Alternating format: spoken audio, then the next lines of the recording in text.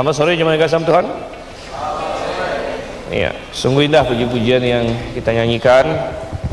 Saya harap Anda sekalian menikmatinya seperti saya juga menikmatinya.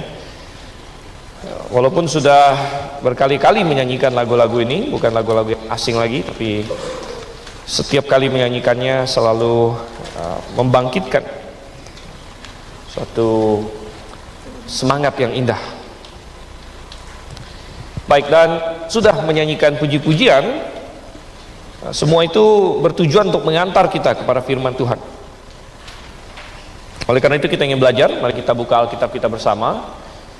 Dan hari ini saya ingin mengajak kita meneruskan pembelajaran kita tentang kitab Mazmur. Jadi kita sedang dalam suatu seri belajar kitab Mazmur. Walaupun tidak semua pasal Mazmur kita bahas, kita membahas pasal-pasal pilihan. Nah, hari ini saya mengajak kita membuka di dalam Mazmur pasalnya yang ke-72. Mazmur pasalnya yang ke-72.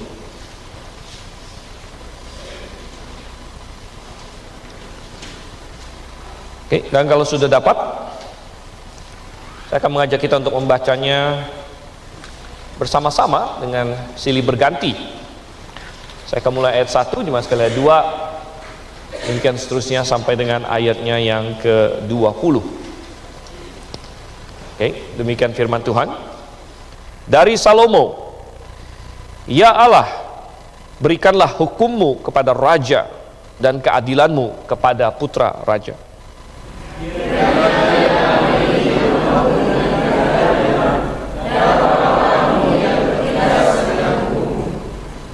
Kiranya gunung-gunung membawa damai sejahtera bagi bangsa dan bukit-bukit membawa kebenaran.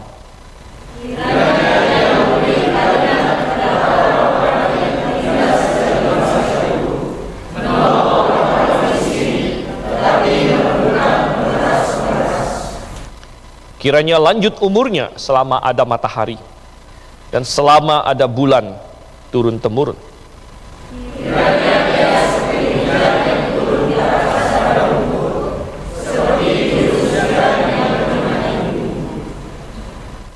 Kiranya keadilan berkembang dalam zamannya dan damai sejahtera berlimpah sampai tidak ada lagi bulan.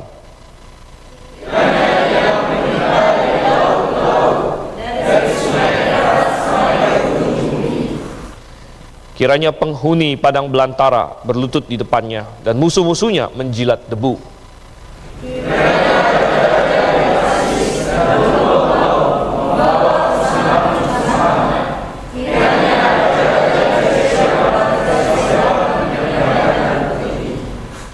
Kiranya semua raja sujud menyembah kepadanya dan segala bangsa menjadi hambanya.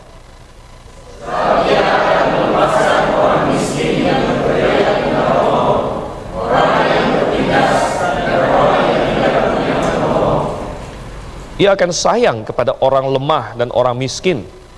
Ia akan menyelamatkan nyawa orang miskin. Ia akan menebus nyawa mereka dari binasa dan kerasasan, dan mereka mahal di matanya. Hiduplah ia, kiranya dipersembahkan kepadanya emas Sheba, kiranya didoakan senantiasa dan diberkati sepanjang hari.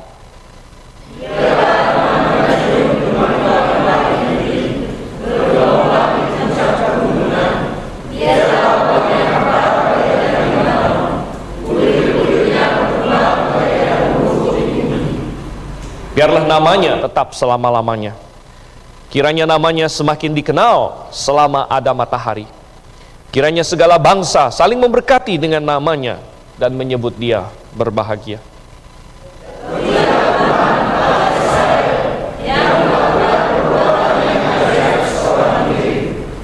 Dan terpujilah kiranya namanya yang mulia sampai selama-lamanya.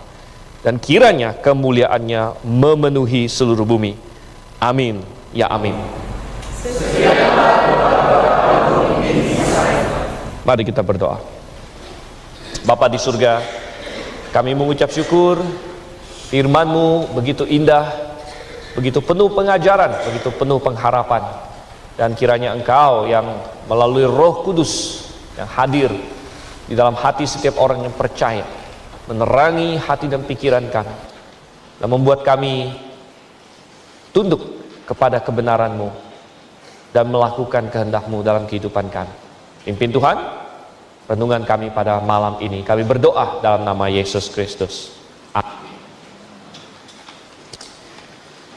Mazmur yang ke-72 ini, kalau Anda perhatikan, adalah mazmur terakhir dari jilid 2. Bahkan kalau Anda memegang Alkitab fisik, Anda akan melihat persis setelah mazmur 72 adalah mazmur 73, dan di situ di atasnya mestinya ada tulisan jilid ketiga di situ. Dan kita sudah pernah bahas bahwa mazmur bisa dibagi atau dikelompokkan oleh firman Tuhan itu sendiri menjadi 5 jilid. Dan mazmur 72 adalah yang terakhir dari jilid kedua. Tema mazmur ini adalah tema yang indah, tema yang positif, tema yang begitu mulia dan penuh pengharapan. Dan itu adalah salah satu hal yang luar biasa mengenai kitab Mazmur, karena di dalam kitab Mazmur semua boleh dibilang emosi manusia itu terangkum di dalamnya, semua kondisi manusia terangkum di dalamnya.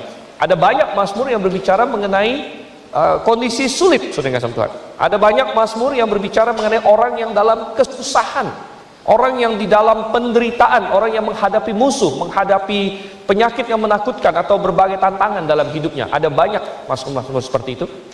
Dan mazmur-mazmur seperti itu sangat berharga juga pada waktu mereka. Namun, ya, mazmur bukanlah suatu kitab yang hanya depresi saja. Karena ada banyak juga mazmur-mazmur yang seperti yang satu ini. Mazmur-mazmur yang penuh dengan kegirangan, mazmur-mazmur yang penuh dengan sukacita dan pengharapan akan suatu kemuliaan yang akan datang. Dan saudara yang kasih Tuhan, oleh karena itu kita ingin berfokus kepada Mazmur pasal 72 pada hari ini. Dan kalau kita lihat dari judulnya di sini, LAI menerjemahkannya dari Salomo, ya, dari Salomo. KJV menerjemahkannya untuk Salomo. Nah, kenapa bisa begitu? Karena memang salah satu fitur dalam bahasa Ibrani itu ada suatu ambiguitas kadang-kadang. Jadi di dalam bahasa Ibraninya ini adalah Le Shlomo. Ya, Le Shlomo itu bisa berarti untuk Salomo, sebagaimana diterjemahkan oleh King James. Tapi Le Shlomo bisa juga berarti punya Salomo sebenarnya. Milik Salomo, sehingga itu diterjemahkan demikian oleh LAI di sini dari Salomo. Tapi kalau kita perhatikan ayat yang terakhir dari Mazmur ini, di mana ayat terakhir dikatakan sekianlah doa-doa Daud bin Isai, maka saya lebih cenderung dan kita lebih baik menafsirkan ini sebagai Mazmur yang ditulis oleh Daud dan ditujukan untuk putranya yaitu Salomo, sehingga lebih tepat sebenarnya adalah untuk Salomo mungkin di ayat 1 di sini. Dan kalau Mazmur ini ditujukan untuk Salomo, saudara kasih Tuhan, maka kita bisa membayangkan kira-kira kapan Daud menulis Mazmur ini. Kalau perhatikan ayat yang pertama, ya Allah berikanlah hukum-Mu kepada raja dan keadilan-Mu kepada putra raja. Jadi Daud menyebut Salomo baik raja maupun putra raja. Ya, berarti ini ditulis ketika Salomo sudah naik tahta sementara Daud masih hidup. Ada suatu periode waktu di mana mereka memerintah bersama. Dan itu adalah periode waktu di akhir hidup Daud. Dan kerajaan Daud saja lepas dari suatu bencana yang merupakan serangan terakhir iblis kepada kerajaan Daud. Iblis tahu bahwa Tuhan sudah menjanjikan suatu dinasti yang luar biasa bagi Daud, menjanjikan untuk mengokohkan kerajaan Daud, sehingga iblis melancarkan serangan terakhir sesaat sebelum Daud meninggal dalam upaya yaitu melalui salah satu anak Daud sendiri yaitu Adonia. Nah, Adonia berusaha untuk merebut tahta. Adonia berpikir bahwa semua abang-abang dia sudah meninggal. Ya, ada anak pertama Daud adalah Amnon. Amnon sudah mati. Ya, kemudian sebenarnya ada anak kedua namanya Kileab. Tapi kita nggak pernah dengar tentang Kileab di Alkitab. Ini adalah anaknya Abigail sebenarnya. Dan mungkin dia mati muda, makanya dia tidak pernah terdengar. Ya. Anak ketiga adalah Absalom. Absalom juga sudah mati. Nah, tinggal anak keempat adalah Adonia. Adonia berpikir bahwa saya adalah yang selanjutnya. Ya, semua 3 orang abang saya sudah mati semua, jadi mestinya saya yang menjadi raja. Ya, padahal Tuhan sudah mencanangkan, Tuhan sudah kasih tahu kepada Daud bahwa Salomo lah yang akan menjadi raja. Tapi Salomo masih jauh di bawah juniornya Adonia sebenarnya. Dan ini adalah serangan terakhir iblis kepada kerajaan Daud pada waktu itu, dan melalui pribadi Adonia dia mencoba untuk mengambil alih kerajaan itu. Ya, namun Tuhan mengintervensi melalui Nabi Nathan, melalui Imam Zadok, ya, melalui Batsheba juga ibu dari Salomo. Mereka sama-sama datang kepada Daud dan berkata, bagaimana ini? Dan akhirnya Daud berkata, Salomo harus dinobatkan sekarang juga. Sehingga di satu masa Salomo menjadi raja bersama dengan bapaknya, walaupun Daud setelah itu akan segera meninggal. Berarti Mazmur ini ditulis pada masa itu, ya, ketika Salomo sudah naik tahta, dan dengan sisa-sisa kekuatannya. Kalau kita baca di dalam satu raja-raja, Daud sudah sangat tua dan sangat renta pada waktu itu. Bahkan dia perlu orang lain untuk memanaskan tubuhnya. Kita baca di situ. Tapi dengan sisa-sisa kekuatannya dan dikuatkan oleh Roh Tuhan, dia memberikan nubuat terakhir. Ingat bahwa Daud bukan hanya seorang raja, dia adalah pemazmur, dia adalah seorang nabi.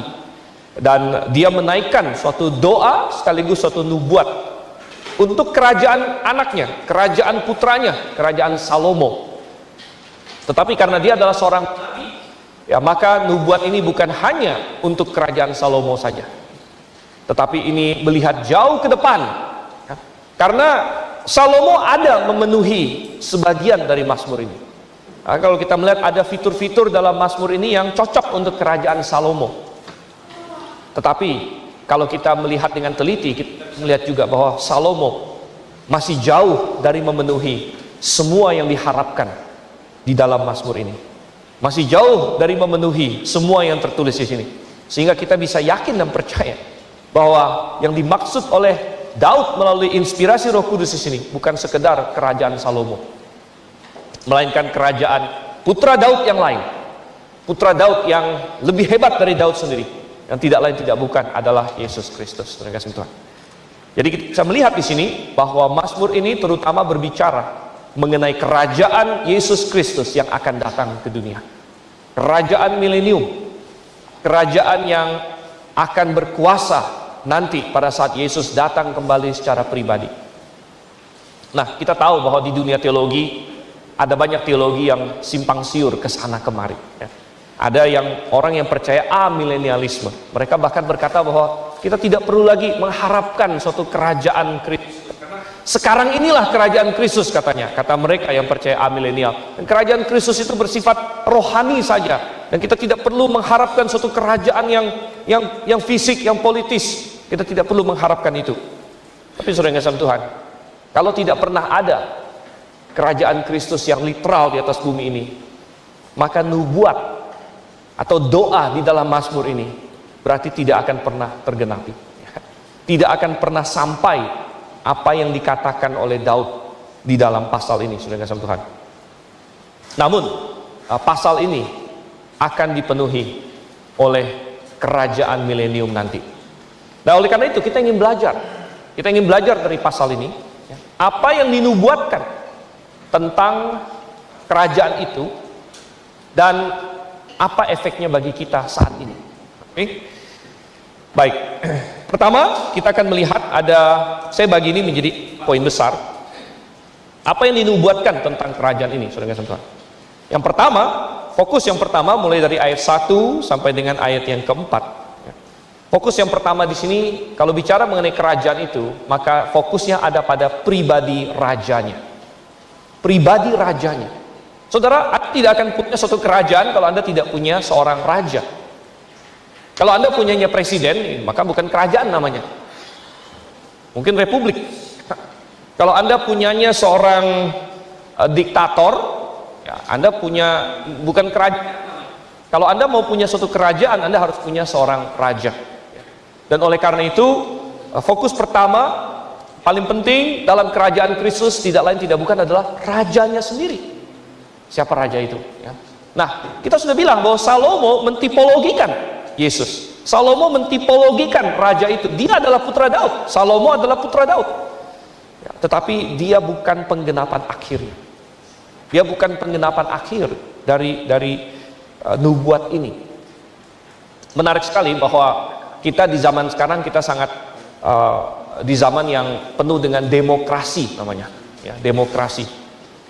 Dan kita barusan katanya sering dikatakan pemilu itu kan pesta demokrasi. Pesta demokrasi. Tetapi saudara yang kasih Tuhan, ada yang pernah berkata, kalau saya tidak salah Winston Churchill atau siapa gitu, saya agak lupa siapa yang berkata. Dia bilang begini, sebenarnya demokrasi itu adalah bentuk pemerintahan yang paling buruk, katanya, kecuali untuk semua yang lain, katanya. Jadi demokrasi adalah bentuk pemerintahan yang paling buruk kecuali untuk semua yang lain. Maksudnya adalah Churchill menyadari demokrasi itu sangat tidak efisien, tetapi mungkin masih lebih baik daripada semua yang lain, gitu istilahnya. Karena di dalam demokrasi kita sering belajar dalam politik ada trias politik kan, kekuasaan harus dibagi-bagi, nggak boleh dipusatkan. Kenapa? Takut disalahgunakan.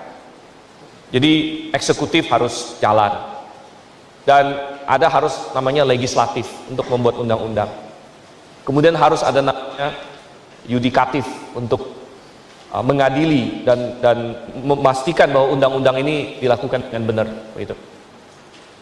Dan sengaja dibikin supaya masing-masing ada, mereka bilang check and balance, saling mengekang satu dengan yang lain. Legislatif mengekang eksekutif, eksekutif mengekang legislatif, dikekang oleh yudikatif lain sebagainya. Ya, ini adalah sudah diterima oleh politik zaman sekarang bahwa inilah model yang kira-kira bagus katanya gitu.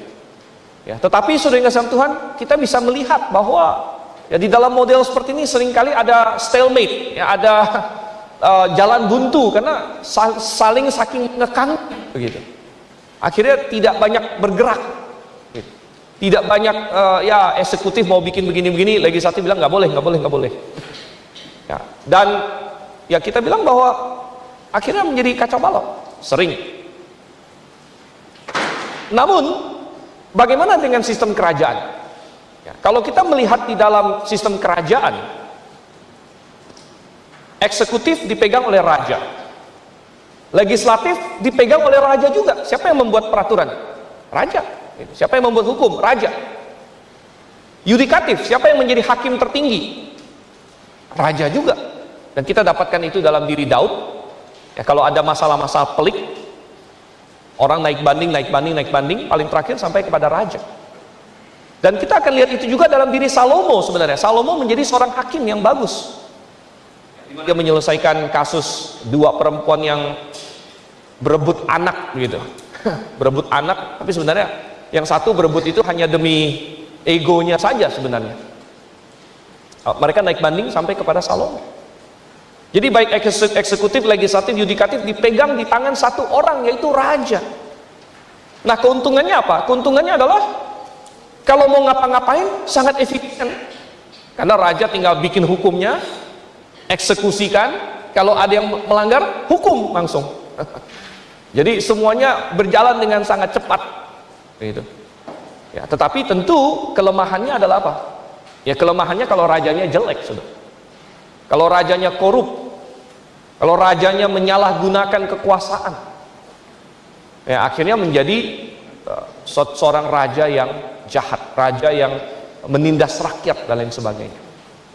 Dan ada suatu pepatah yang juga pernah dikatakan orang, bahwa katanya power corrupts, absolute power corrupts absolutely, katanya. Ya. Jadi kekuasaan itu mengkorupkan orang, dan kalau Anda punya kekuasaan yang absolut, maka Anda akan terkorupkan secara absolut juga.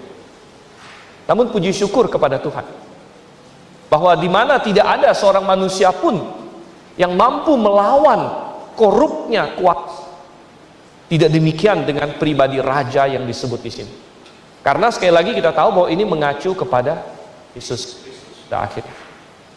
Yesus Kristus akan datang dan dia akan menampakkan diri sebagai seorang raja yang memegang kekuasaan yang absolut, namun tidak terkorupkan oleh kuasa itu. Sehingga kalau kita baca ayat yang kedua dikatakan di sini, tadi ayat pertama, ya Allah berikanlah hukummu kepada raja, keadilanmu kepada putra raja. Ayat 2, kiranya ia mengadili umatmu dengan keadilan dan orang-orangmu yang tertindas dengan hukum. Tanya di sini. Sehingga ketika Yesus Kristus menjadi raja, dia memegang kuasa yang absolut, namun dia bertindak dengan adil, dia bertindak sesuai dengan hukum. Hukum siapa? Hukum Allah. Karena dia sendiri adalah Allah, Allah yang telah menjadi manusia. Dan oleh karena itu, saudara yang kasih Tuhan, maka ayat 3 dan ayat 4 sampai berkata bahwa kiranya gunung-gunung membawa damai sejahtera bagi bangsa dan bukit-bukit membawa kebenaran. Dan raja ini akan dicirikan oleh kebenaran dan keadilan. Nah, Salomo sekali lagi pernah menggenapi ini secara parsial. Dan Salomo memulai pemerintahan dia dengan cukup baik.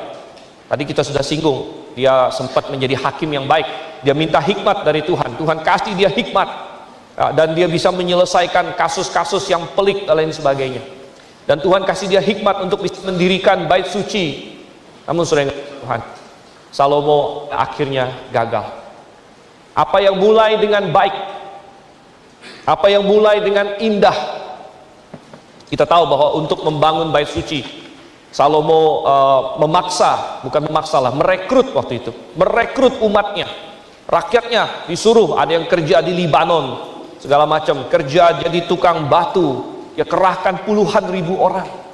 Ya mungkin untuk proyek itu rakyatnya merasa oke, ini kita berkorban demi membangun rumah Tuhan.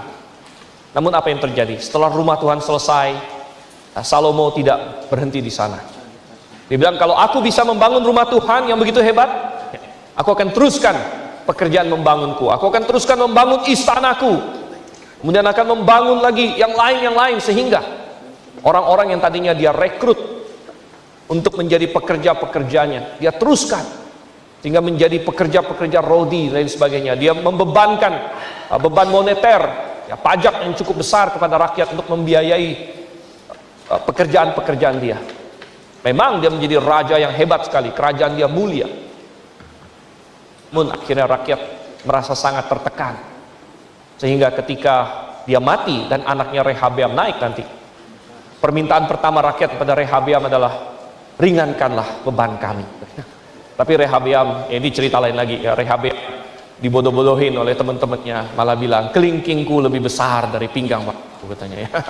Wow, sudah ngasih Tuhan. Oke, jadi kita melihat bahwa Salomo di situ, dia sempat mau menggenapi ini secara parsial. Namun sebagai manusia yang berdosa, dia gagal, sudah ngasih Tuhan. Sekarang kita lihat hal yang kedua dari ayat yang kelima sampai dengan ayat yang ke-11. Kalau tadi kita berfokus kepada sang raja dari kerajaan ini, maka kita sekarang berfokus kepada kerajaannya itu sendiri. Bagaimanakah kerajaan itu digambarkan di dalam ayat-ayat ini? Wow, ini digambarkan sebagai suatu kerajaan yang tidak tertandingi. Dan sekali lagi, Salomo sempat sedikit mulai mau menggenapi ini secara tipologis. Kalau kita baca kejayaan Salomo di satu raja-raja, takhta dia yang katanya dibuat dari gading. Wow, takhta dibuat dari gading. Kemudian ada 6 tangga naik ke tahtanya. Kemudian dia bikin 2 singa di tiap-tiap tangga itu dan sebagainya. Dan Alkitab berkata bahwa tidak pernah ada yang seperti itu di dalam kerajaan-kerajaan dunia ini dan lain sebagainya. Jadi Salomo sempat mau menggenapi hal ini sekali lagi secara tipologis, namun dia gagal. Dan jelas sekali kalau kita baca ayat 5 sampai ayat 11, ini tidak mungkin digenapi oleh siapapun yang lain selain oleh Yesus Kristus di dalam kerajaan milenium. Di ayat yang kelima dikatakan kiranya lanjut umurnya selama ada matahari dan selama ada bulan turun-temurun. Ya, kalau kita ambil terjemahan ini yang oleh LAI, kiranya lanjut umurnya selama ada matahari, berarti ini raja yang kekal. Ini raja yang hidup selama-lamanya. Ini raja yang tidak ada akhirnya. Yang kita sering berkata banyak raja agak-agak sedikit kita bilang megalomania, atau banyak raja istilahnya bermimpi ketika memerintahkan semua orang mengucapkan dia harus hidup 10.000 tahun gitu. Kaisar mengharuskan umatnya bilang 10.000 tahun, wansui katanya gitu kan. Wah, raja ini hidup selama-lamanya. Biasa kalau di film kungfu begitu kan, rajanya udah sakit pun udah sakit-sakitan, anak buahnya nggak ada yang berani bilang bapak udah mau mati gitu. Wah, habis kamu gitu kan. Semuanya bilang, wah, kiranya kaisar hidup terus gitu ya. Jadi ada suatu mungkin delusi begitu bahwa raja akan hidup terus. Tentu manusia tidak ada yang bisa melakukan ini gitu ya. Namun ini akan digenapi oleh Tuhan Yesus. Karena Tuhan Yesus ya sebagaimana ditipologikan oleh Melkisedek, ya katanya hari-harinya tidak berawal dan tidak berakhir, dan dia akan seumur hari dan seumur bulan ya. Sebenarnya di ayat 5 di sini kalau kita cek di dalam teks Hebrew-nya, teks Masoretik, teks sebenarnya agak sedikit berbeda, karena LAI sepertinya mengambil dari Septuaginta di sini. Sebenarnya di dalam teks Ibraninya bunyinya adalah mereka semua orang akan tunduk, mereka akan takut akan engkau. Ya, jadi manusia akan takut engkau selama ada matahari katanya. Sama sih, sama-sama menyatakan sifat kekal dari kerajaan itu. Ya, tapi bukan hanya bahwa raja itu akan hidup selama ada matahari, tapi bahkan manusia akan takut kepadanya ya, selama ada matahari. Dan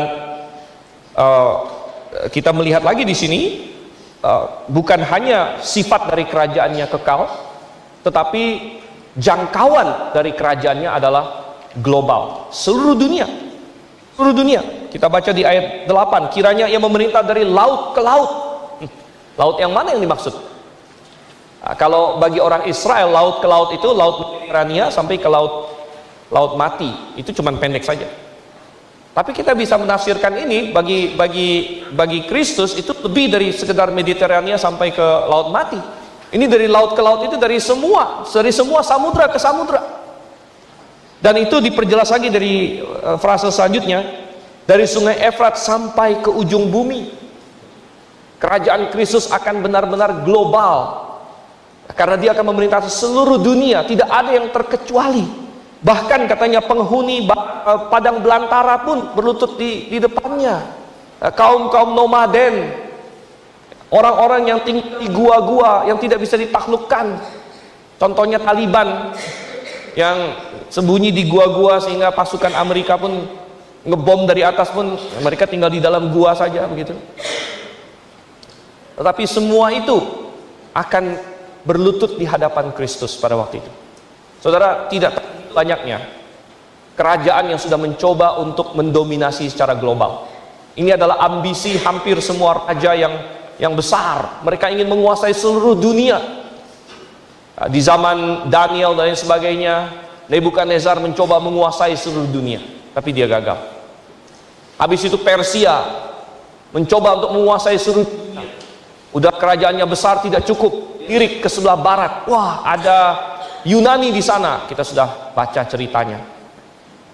Maka Raja Persia Xerxes mengirim ratusan kapalnya dengan pasukan immortal katanya. Wah, namanya keren ya, pasukan immortal, tapi sangat mortal sebenarnya. Dikirim, wah, untuk mengalahkan Sparta dan Athens dan sebagainya. Mereka berlagak katanya, bagaimana kamu bisa lawan kami? Jumlah panah kami akan menutup matahari. Wah, jumlah kami menutup matahari, sehingga pejuang Sparta berkata, baguslah kalau gitu kami berperang di bawah naungan katanya, begitu ya, di bawah naungan tidak kena panas. serangan Xerxes gagal, kapal-kapalnya hancur katanya. Lalu akhirnya giliran bangkit di Yunani, Alexander Agung, dia balas. Dulu Persia nyerang saya ya, nyerang Yunani. Oke, saya balas sekarang. Alexander Agung serang Persia dengan kavalrinya yang luar biasa, dan dia taklukkan Persia dalam 3 peperangan besar. Tapi Alexander tidak puas. Dia rangsek terus ke timur sampai ke India. Kalah, saudara yang kasih Tuhan. Udah ketemu gajah, rupanya kalah, saudara. Kalah, dia balik lagi, mati pada usia muda. Hampir semua kerajaan mencoba menguasai dunia ini, namun semuanya gagal. Tetapi Kristus, kerajaan Kristus, dia akan menguasai dunia ini, karena bukan didasarkan pada ambisi, bukan didasarkan pada kekuatan fisik semata, namun kerajaan Kristus didasarkan kepada kebenaran. Dan karena dia adalah raja di atas segala raja, maka kerajaannya akan dari ujung bumi ke ujung bumi, tanya. Oh, saudara yang kasih Tuhan, ayat 10 ini sebenarnya sedikit digenapi oleh Salomo ketika dikatakan kiranya raja-raja dari Sheba dan Seba menyampaikan upeti. Anda tahu di masa Salomo, seorang ratu dari Sheba datang dan menyampaikan upeti kepada Salomo. Jadi doanya Daud ini digenapi sebagian secara literal di zamannya Salomo, saudara. Dan oleh karena itu kita yakin akan digenapi secara literal sepenuhnya pada zaman Tuhan Yesus. Oke. Sekarang kita masuk ke hal yang ketiga. Ya, yang pertama tadi adalah rajanya. Yang kedua adalah kerajaannya. Yang ketiga adalah pemerintahannya. Pemerintahannya, maksudnya bagaimanakah si raja ini akan menjalankan kekuasaannya? Bagaimanakah dia akan memerintah di dalam kerajaannya itu? Dan itu ada di ayat yang ke-12 sampai ayat yang ke-14. Sifat pemerintahan Tuhan adalah pemerintahan yang begitu luar biasa indah. Pemerintahan yang benar-benar pro rakyat. Hari ini betapa banyak orang koar-koar pro rakyat. Tapi adakah yang benar-benar pro rakyat? Adakah pemerintah yang benar-benar pro rakyat? Yang lebih mengutamakan rakyatnya daripada dirinya sendiri? Adakah yang benar-benar seperti itu? Tuhan Yesus akan coba kita lihat di sini. Sebab ia akan melepaskan orang miskin yang berteriak minta tolong, orang yang tertindas dan orang yang tidak punya penolong. Ia akan sayang pada orang lemah dan orang miskin. Ia akan menyelamatkan nyawa orang miskin. Ia akan menebus nyawa mereka dari penindasan dan kekerasan. Darah mereka mahal di matanya. Oh, saudara yang kasih Tuhan, dari mana kita tahu Tuhan Yesus akan melakukan ini? Karena dia sudah melakukannya. Ketika dikatakan di ayat 14, ia akan menebus nyawa mereka. Yesus Kristus sudah menebus manusia.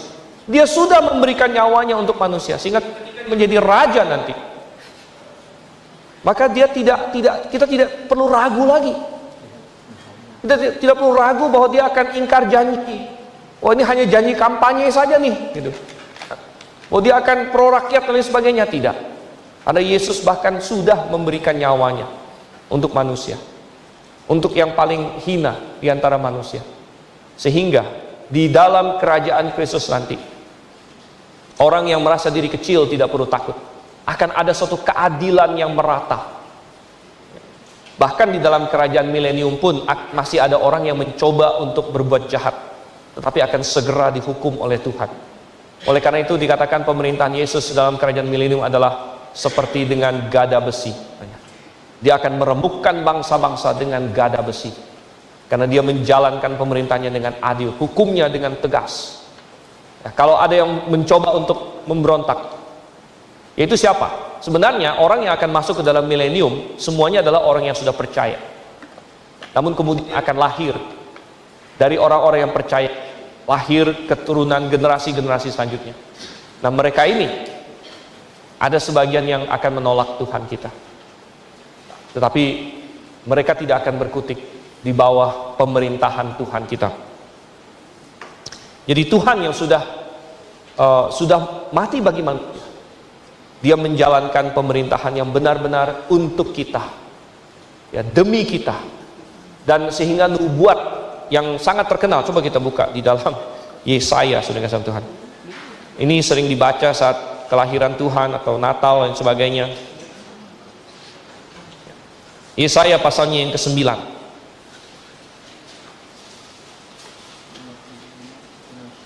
Yesaya pasal 9 ayat 5 sampai dengan ayat ke-6.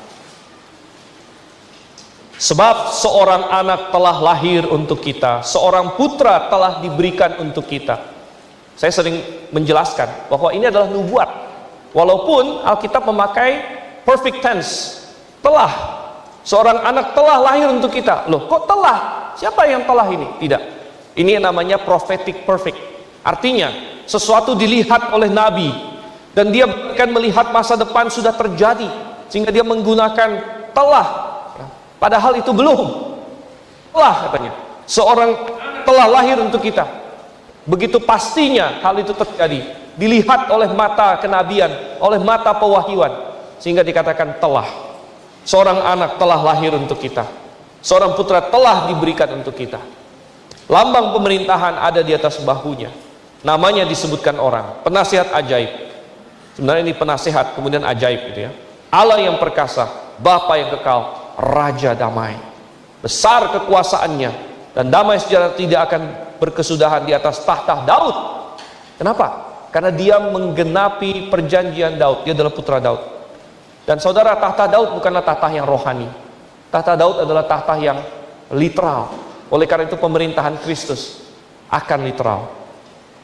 Dan di dalam kerajaannya, karena ia mendasarkan dan mengokohkannya dengan keadilan dan kebenaran dari sekarang sampai selama-lamanya. Kecemburuan Tuhan semesta alam akan melakukan hal ini. Oh saudara, harinya akan datang bahwa ini akan terjadi. Coba kita kembali lagi dalam Mazmur pasal yang ke-72. Kita sudah melihat hal yang ketiga, maka sekarang kita akan melihat hal yang keempat. Hal yang keempat, tadi kita sudah melihat pribadi rajanya, kita sudah melihat kerajaannya, kita sudah melihat pemerintahannya seperti apa. Yang keempat sekarang kita akan melihat kemuliaan dan kemakmurannya. Kemuliaan dan kemakmuran dari kerajaan ini. Dan ini digambarkan dari ayat 15 dan seterusnya sampai yang terakhir. Hiduplah ia, katanya ayat 15. Hiduplah ia. Kiranya dipersembahkan kepadanya emas Sheba. Kiranya ia didoakan senantiasa dan diberkati sepanjang hari. Oh saudara, dia akan, manusia, rakyatnya akan cinta kepada dia, dan rakyatnya akan mendoakan dia, rakyatnya akan mengasihi dia, dan akan taat kepadanya oleh karena kasih kepadanya. Ini adalah hal yang indah.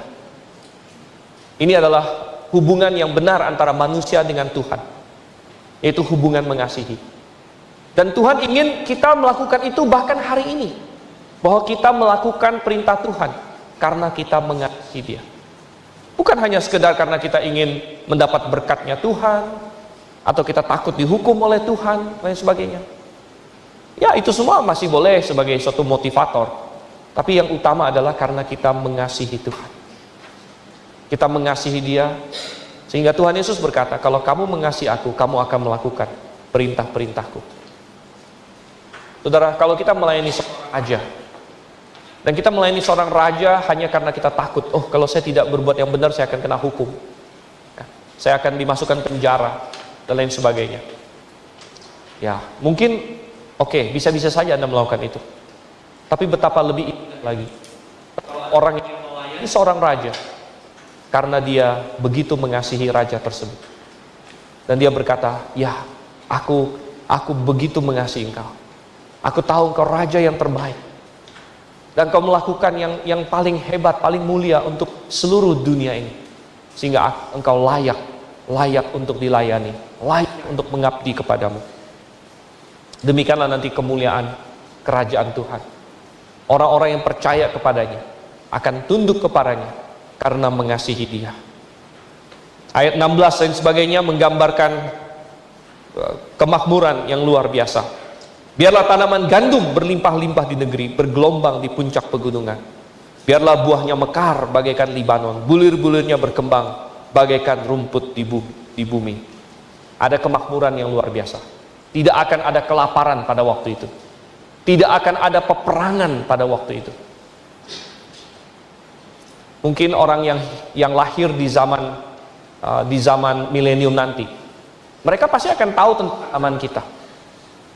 Mungkin mereka akan ketemu arkeologi di zaman itu, akan ketemu zaman sekarang.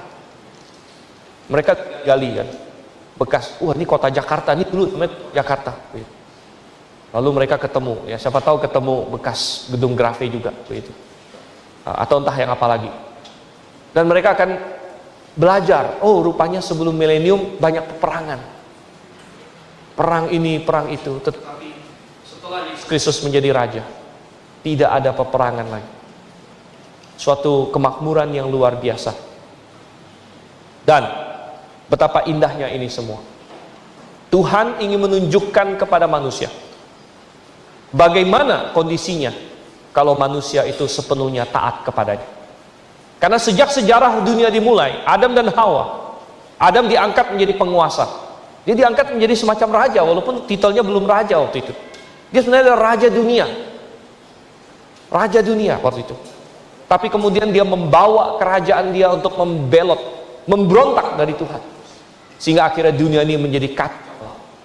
Dan semenjak semua yang Tuhan percaya, pemerintahan, baik itu raja, baik itu siapapun, semuanya gagal. Sehingga manusia tidak pernah melihat bagaimana kalau misalnya kehendak Tuhan itu benar-benar jadi di dunia ini. Belum pernah ada contohnya.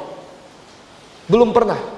Daud sehebat-hebatnya Daud, ada kelemahan. Salomo sehebat-hebatnya Salomo, jatuh juga pada akhirnya. Belum pernah manusia bisa menyaksikan seperti apa sih kalau dunia ini benar-benar mengikuti Tuhan 100%. Dan kerajaan Kristus dimaksudkan oleh Tuhan sebagai suatu showcase, sebagai suatu demonstrasi. Inilah bentuk dunia kalau misalnya yang menguasai dunia ini adalah orang yang sepenuhnya sesuai dengan kehendak Bapa di sorga. Dan oleh karena itu kita menantikan kerajaan itu. Dan mungkin Anda berkata, kapan ini akan terjadi? Kapan ini akan terjadi? Semakin kita melihat kondisi dunia ini, semakin kita merindukan ini. Karena tidak ada kerajaan di dunia ini yang benar-benar memuaskan. Ada nggak kerajaan yang lebih baik? Oh ada. Ya, kerajaan Salomo tentu lebih baik dari kerajaan Manasye contohnya. Tapi kan ujung-ujungnya gagal juga. Oleh karena itu kita menantikan. Kita menantikan kembali ke poin pertama tadi. Sebelum ada kerajaan harus ada sang raja. Sebelum kerajaan itu muncul di dunia, sang raja itu harus kembali terlebih dahulu. Dan itu yang kita nanti-nantikan, yaitu kedatangan kembali Kristus yang literal ke atas bumi. Dan kita diajar, karena kita menantikan itu, maka marilah kita memegang dunia yang sekarang ini jangan terlalu erat, saudara. Mari kita memegang hal-hal yang saat ini, bukan kita dekap seolah-olah inilah nyawa kita, bukan. Karena kita punya sesuatu yang lebih baik. Oleh karena itu marilah kita pegang yang ada sekarang ini dengan ringan-ringan saja. Siap untuk kita lepaskan kalau perlu. Karena kita memiliki yang lebih indah. Saya tidak berkata bahwa kita tidak boleh punya apa-apa di dunia sekarang ini. Bukan. Silakan, kita boleh punya barang, kita boleh punya properti, kita boleh punya apapun ya, hobi lain sebagainya. Tapi sekali lagi, jangan kita berpegang kepada apa yang sekarang ini dengan terlalu erat. Jangan kita pegang dengan kita dekap, oh inilah hidup saya. Jangan. Karena kita punya sesuatu yang lebih baik. Kita mengharapkan yang lebih baik.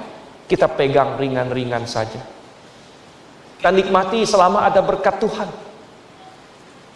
Tetapi kalau Tuhan bilang, oke, lepaskan, siap Tuhan. Aku lepaskan. Karena aku punya sesuatu yang lebih indah. Karena kita sudah dikasih lihat oleh Tuhan. Ini rencanaku. Ini dunia yang sempurna. Nantikan, Tuhan bilang.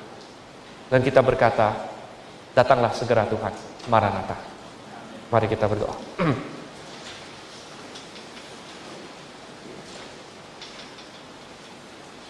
Bapa di surga, Tuhan, kami terpukau oleh kemuliaan yang Engkau gambarkan, keindahan yang Engkau lukiskan, Engkau singkapkan bagi kami, suatu kerajaan yang sempurna, yang rajanya sempurna, sehingga kami bisa hidup dengan benar di dalamnya. Dan Tuhan, kami menantikan itu. Kami menantikan kedatangan. Tuhan, jikalau ada di ruangan ini yang belum siap akan kedatangan, belum yakin akan keselamatannya, Engkau yang kiranya bekerja. Dan Tuhan, jikalau ada di antara kami yang terlalu disilaukan oleh kemegahan dunia yang sekarang ini,